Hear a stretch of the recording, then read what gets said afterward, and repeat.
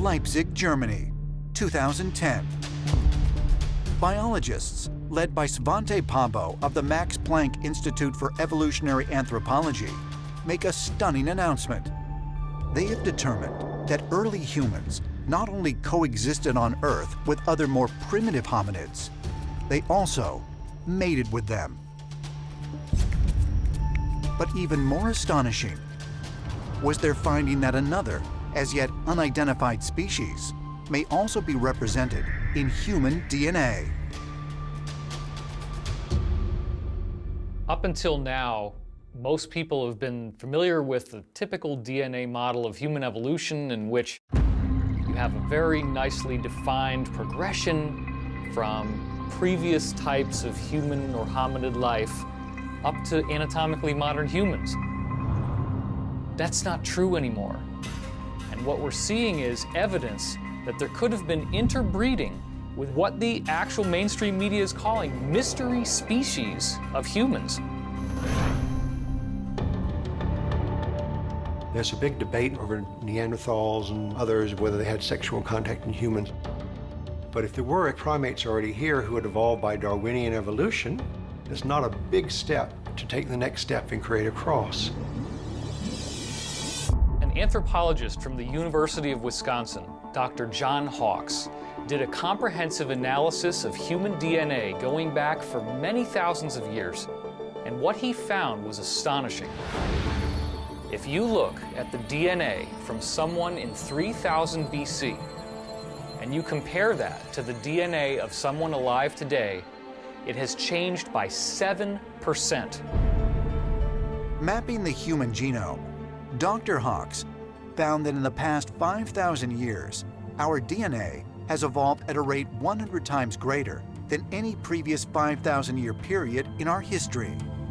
So what happened in the last 5,000 years that altered the structure of human DNA by 7%? Is it possible that extraterrestrial humans interbred with us sometime in the last 5,000 years, and that could account for these monumental changes in the structure of human DNA? Could it be that our ancestors are not only hominids who lived here on Earth, but also beings from beyond our world? Ancient astronaut theorists claim that evidence of this can be found in stories throughout history that depict humans mating with gods. Throughout world cultures and mythologies, this idea of otherworldly beings, gods, supernatural beings, demons, having sex with humans is very, very common. The way that we interpret that experience depends on the cultural and religious factors around us. We can read about these accounts of all sorts of weird beings who had their way with humans. All we have to do is to approach these stories and look at them from a modern perspective, to eliminate the always suggested symbolism and look at these events for what they potentially really were: encounters with extraterrestrials. There is abundant, undeniable evidence of human and extraterrestrial interbreeding. It's in so many different cultures that to suggest that it's all a conspiracy theory or a myth or a fantasy is completely illogical. Pacific Palisades, California, July 17th, 2015, 5 p.m.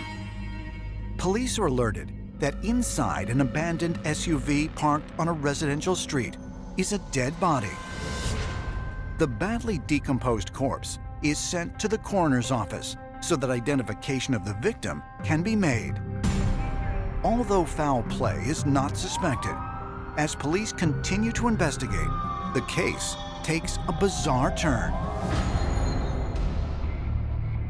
The body is identified by his fiancée as 60-year-old Jeffrey Lash. Los Angeles police find more than 1,200 guns and 7 tons of ammunition, along with numerous militarized vehicles and $230,000 in cash inside of his home. His fiancée reports that Lash had proclaimed to be an alien hybrid secretly working for the government. But it's the weirdest story I think I've ever heard. His girlfriend, and she seems to be pretty normal and legit, claims that he's an alien hybrid, that he was placed on this planet to do something specifically. Nothing adds up about his case, nothing. When examining the body, the coroner's office could not find any fingerprints, even though fingerprints are the last skin tissue to decompose. Lash apparently had no fingerprints. His fiancée believed that he was an alien hybrid. And we have to wonder who this guy was. Was he really an alien hybrid, as he said? Why did he have all these weapons? Within the UFO research community, there's been a great deal of controversy surrounding Lash's story because there's been a suggestion that his father, Jeffrey Lash, may have worked on the Roswell incident crash. That's to say, he was a scientist who may have been brought in to study the wreckage. And so for that reason, the story has been elevated to an even bigger level, that there was some sort of infiltration of society going on. A number of people who have claimed that they've been abducted by extraterrestrials also claim that they've witnessed what they say are alien human hybrids.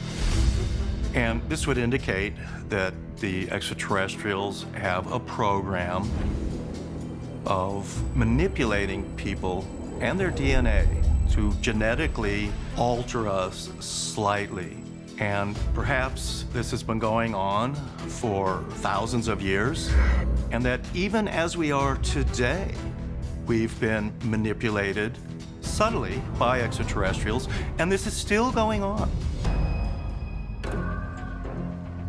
Is it possible that there are already aliens living among us, and that our governments are fully aware of this? Could this be the culmination of years of extraterrestrial abductions? Our decisions here as a species could very well be affecting these other civilizations. So they may be, in a sense, intervening on their own behalf. They might not really care about whether we make it or not. If invasion and takeover of the planet were the goal of these extraterrestrial biological entities, they are so advanced, it could be done easily. Therefore, invasion and takeover of the world cannot be their goal. And if that is not the goal, then what is the goal? What is the alien agenda? You have a sort of dichotomy of, are we being invaded by terrible extraterrestrials who are trying to take over our planet? Or are the extraterrestrials really trying to help us, and that this has been an ongoing thing for many thousands of years? I think these abduction stories are all part of a larger plan. A plan going on for a very long time.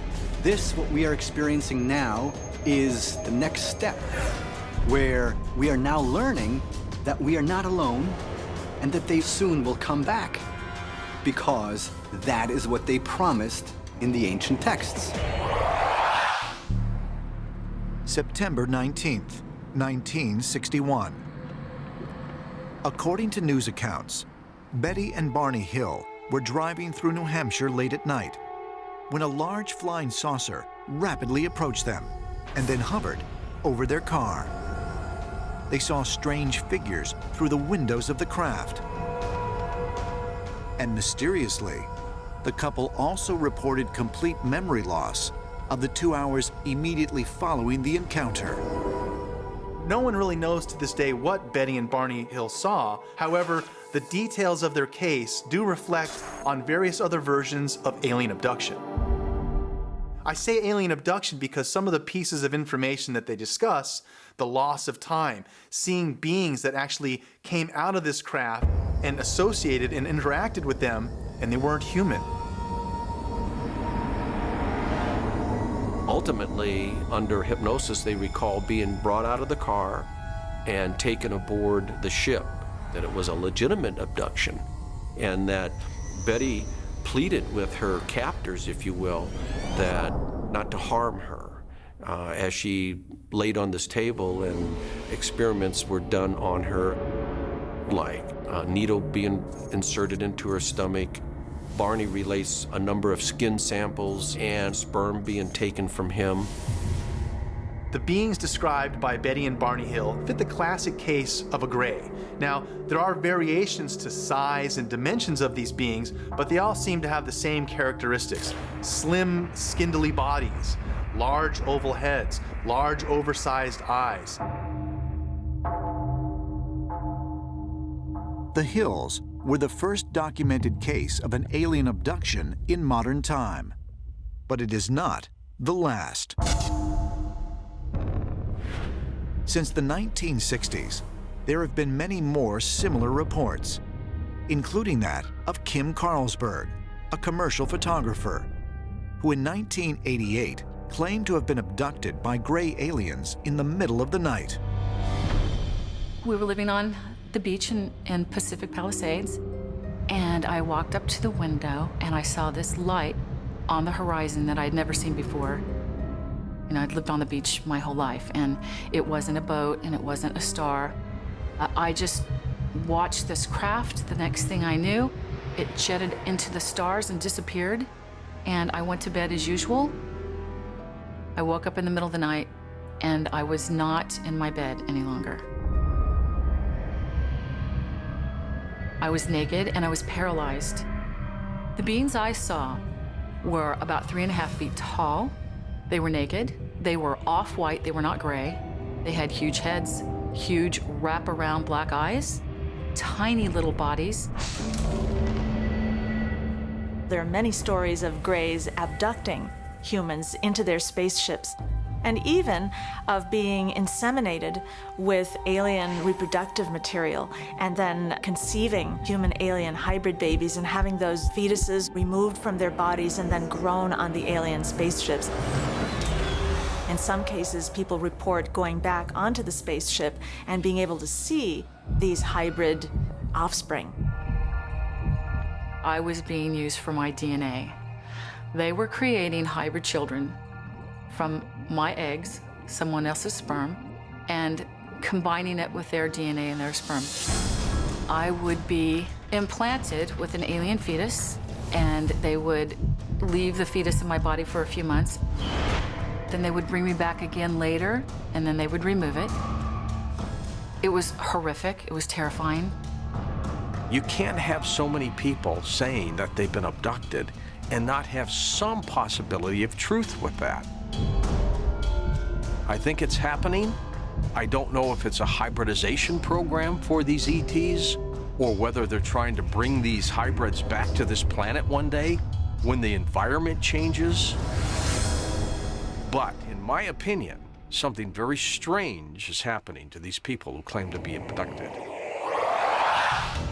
Ancient astronaut theorist Giorgio Tsoukalos visits the Ventura Biocenter to examine one of Earth's most curious creatures, the bombardier beetle.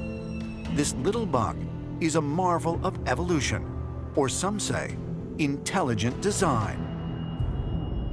Peter, good to see you. Nice How to are see you? And this is Tom. Hi. Hello, Tom. Nice to meet Pleasure. you. How's it going?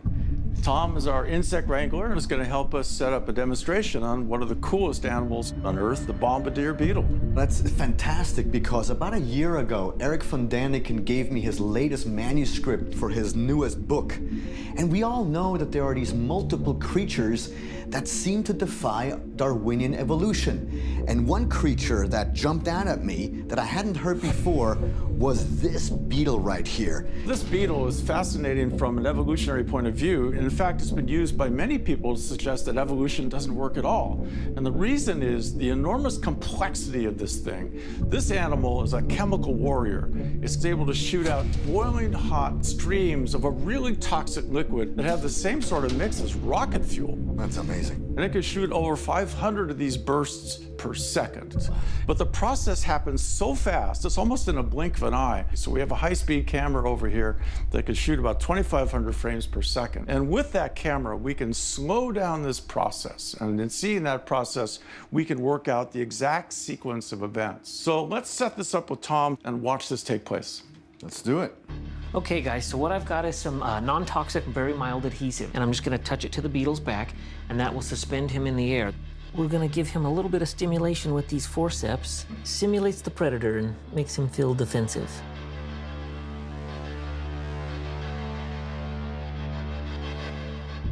Oh, there it was. While it is almost imperceptible to the naked eye, with the high-speed camera, the beetle can be seen blasting rapid-fire streams of deadly chemicals directed at any would-be predator. Oh, There it wow, goes. how cool. Projected it in that particular direction. Right.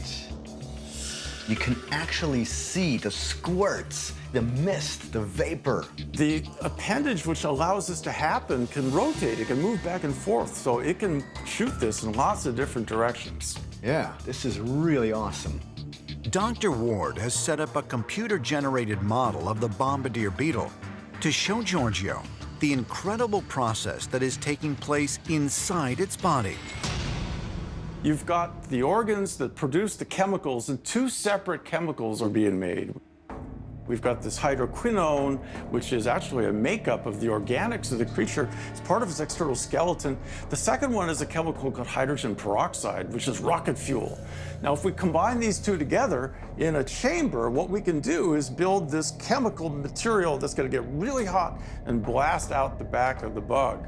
So one of the coolest things about this whole system is got a one-way valve. Once this chemical concoction that's getting really hot starts reacting, the last thing you want is having to blast back into the interior of your body. So it can direct it, squirts out this super hot, super toxic material into that predator's face. And one has to wonder, what was the evolutionary process of this beetle for that defense mechanism to even exist? Yeah, that's the critical question. If evolution takes place in step by step, what's the intermediate? How does this thing not blow itself up as it's experimenting through time? How do you go from just a garden variety beetle to a super beetle like this? One has to wonder if this creature perhaps was brought here in its finished form, or at least the genetic material for this creature came here as a finished product. Could the physiology of the bombardier beetle be proof that there are animals on this planet of extraterrestrial design? The gases that the beetle emits can burn the skin of humans. And if the mechanism it holds within its body was constructed on a larger scale, it could be a very deadly chemical weapon. Is it possible that aliens place certain creatures on this planet so that humans can learn from them and recreate their abilities? Hove, England, 2008. In the middle of the night, 20-year-old Charmaine de Rosario Sage is sleeping in bed when she awakens to a frightening sight. A reptilian humanoid staring down at her. A reptilian came into the room. We went to an underground cave. There was a group of reptilians there, and they stood around me in a circle. Each one of them put one hand on my body, and I slowly changed. And it was the most amazing, but also sort of bizarre situation to look down at your body and see it morph from your human form into a reptilian form. To see the skin shift from being smooth into scales, and to find that I had a tail. Could Charmaine's incredible story be true? Was she really transformed into a reptilian human hybrid? Charmaine claims she learned from her abductors that all humans today are byproducts of alien genetic manipulation, some more than others.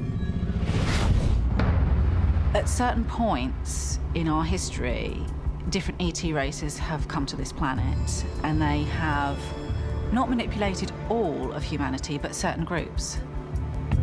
The reason and agenda for alien intelligences to be on this planet manipulating humans and animals is because there are wars out there between different types of intelligences about territory. And that those territorial wars involve populations of created and manipulated life. If reptilian extraterrestrials have inhabited Earth for thousands of years, are they content to continue hiding out underground?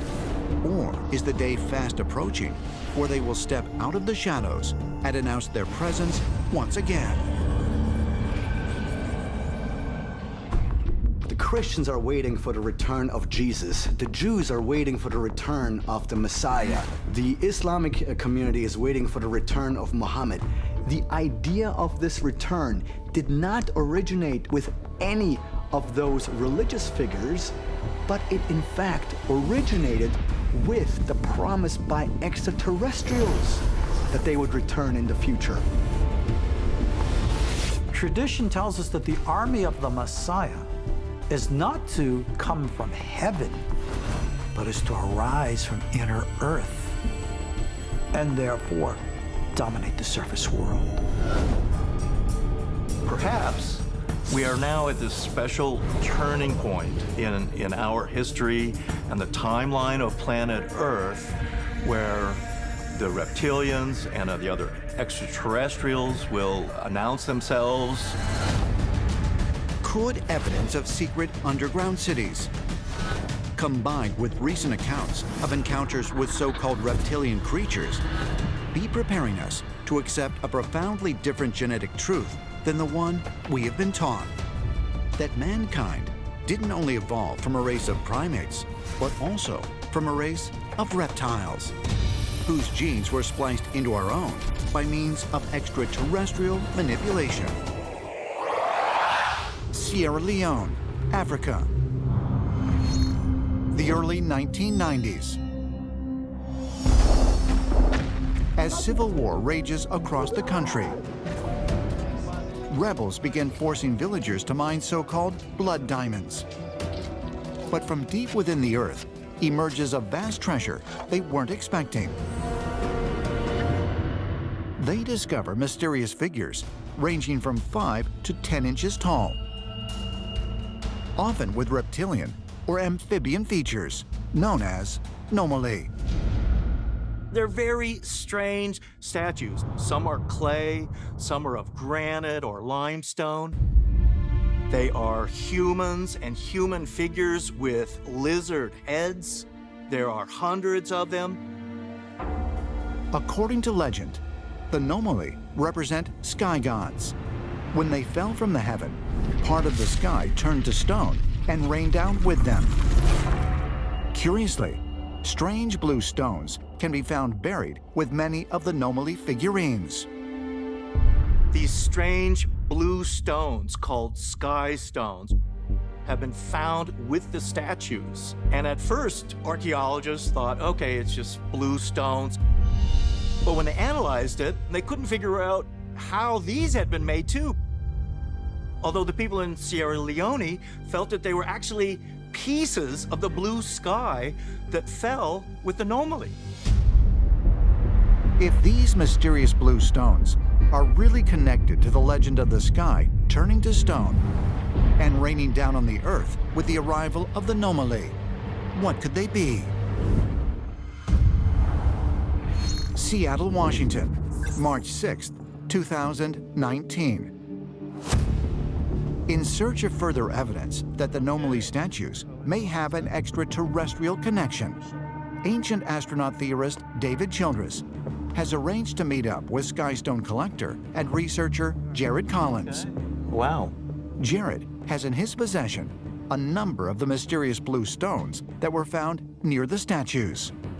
So how was it that these stones were actually discovered in modern times? This was actually discovered in 1991 by a man named David Ledbetter. He was in Sierra Leone on a mining concession looking for gold and diamonds. And when he was having his crew dig, occasionally these stones would appear. What do other geologists say about stones like this? Are they able to identify them? We've sent these now to 12 different labs. There is not one piece of consensus in here. Everybody has a different opinion. We still don't know, actually, if these are natural or man-made. So maybe it's from another planet. I don't know. I really wish I did, and I would love a chance to actually be able to get this in front of somebody else who could look at it again. I've got some friends at the University of Washington, and I think we can set this up and have another test done. That would be fantastic. I would love to get some consensus on this to understand what this actually is.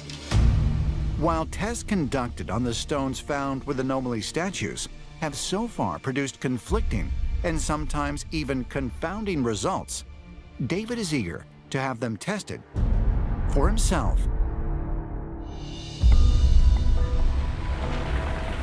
At the University of Washington, David and Jared meet with renowned geologist, Professor Peter Ward. Hi, I'm David Childress. I talked to you on the phone. It's good to meet you. And this is Jared Collins. Thank you so much for seeing us today. Jared, both you guys, welcome to the University of Washington ISO lab. So what do we have in this beautiful box? Well, we're sort of hoping that you can tell us. Well, well, well. What are these beauties? We have been through many tests on these, and no one can identify them. They cannot tell us whether these are natural or artificial, what's causing the blue color, if this is ancient or modern. So they've been checked for the common blue minerals, I take it. One thing that we know for sure is that this is not turquoise, this is not lapis, this is not arenite. The fact that it's so unbelievably light really suggests that there's an organic component to it. Anything that goes blue generally is much heavier. So this is really a mystery.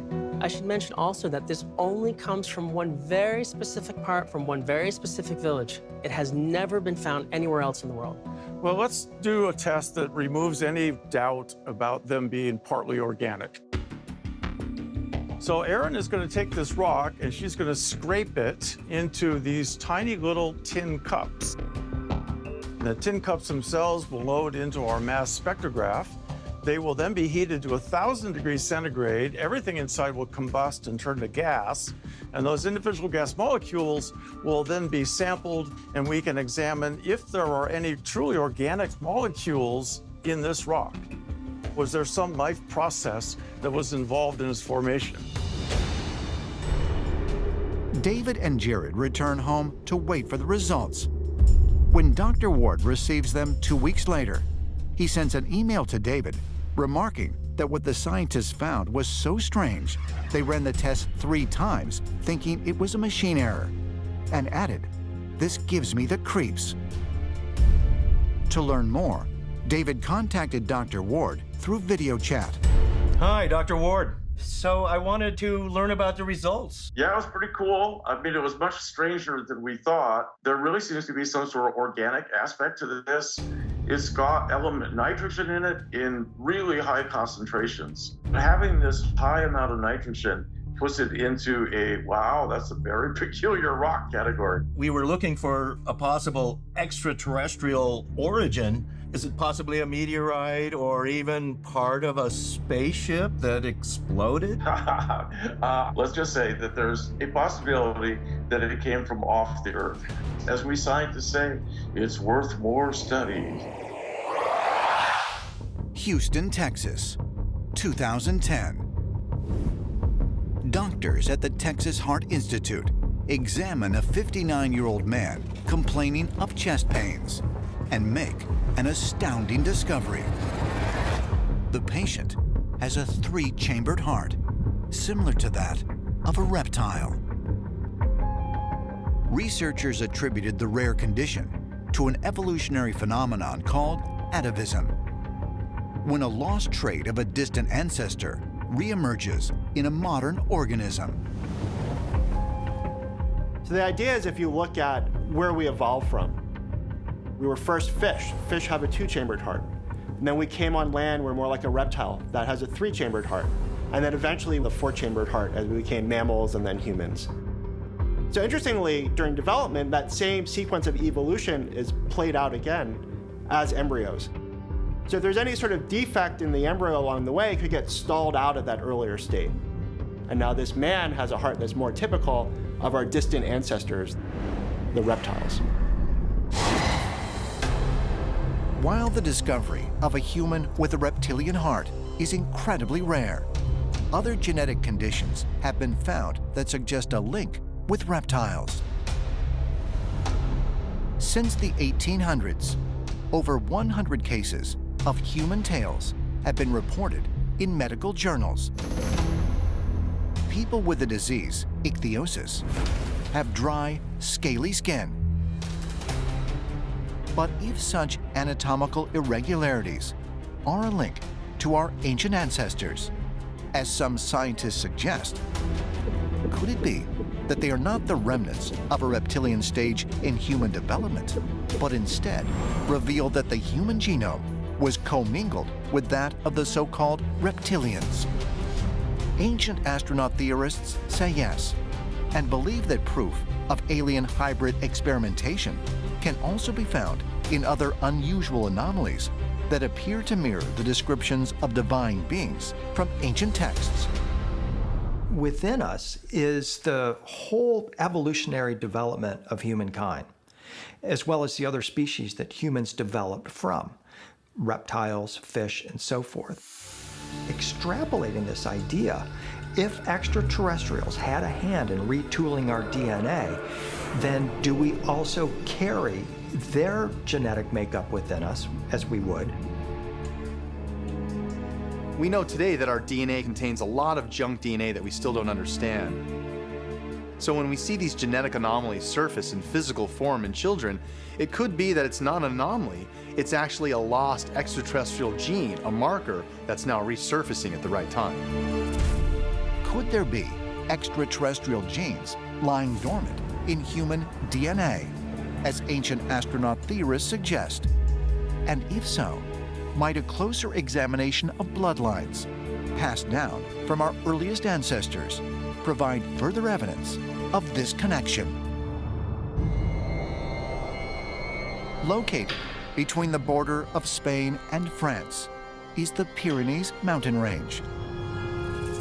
The people that occupy this isolated region are known as the Basque, and they have long confounded anthropologists and historians.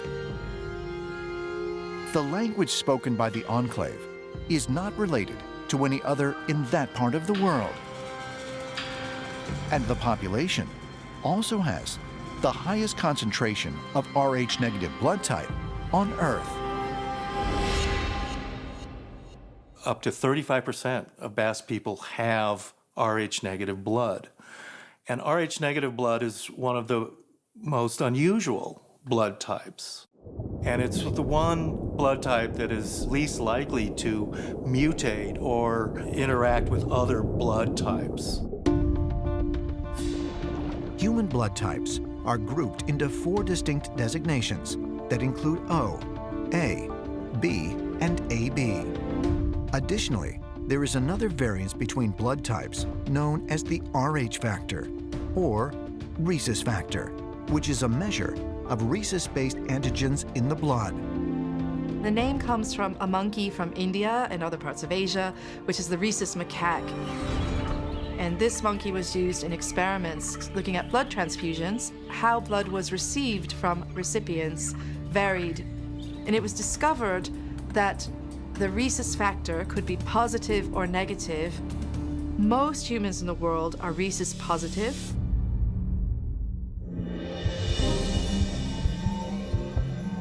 %85 of humans in the world are Rh positive and have no issues receiving blood from positive or negative donors. But for the Rh negative population, receiving Rh positive blood may be fatal, as the body will try to destroy the foreign antigens. And for women that are Rh negative, mating with an Rh positive partner could be detrimental to the fetus.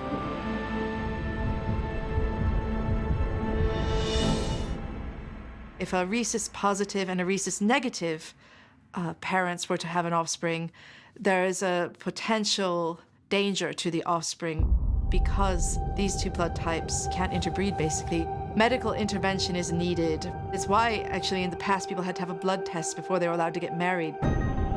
The very fact that an Rh negative mother, her body would actually try to kill an Rh positive baby generates bizarre scenarios.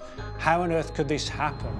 It suggests somewhere in our lineage that the Rh negatives and the Rh positives are perceived as being profoundly different.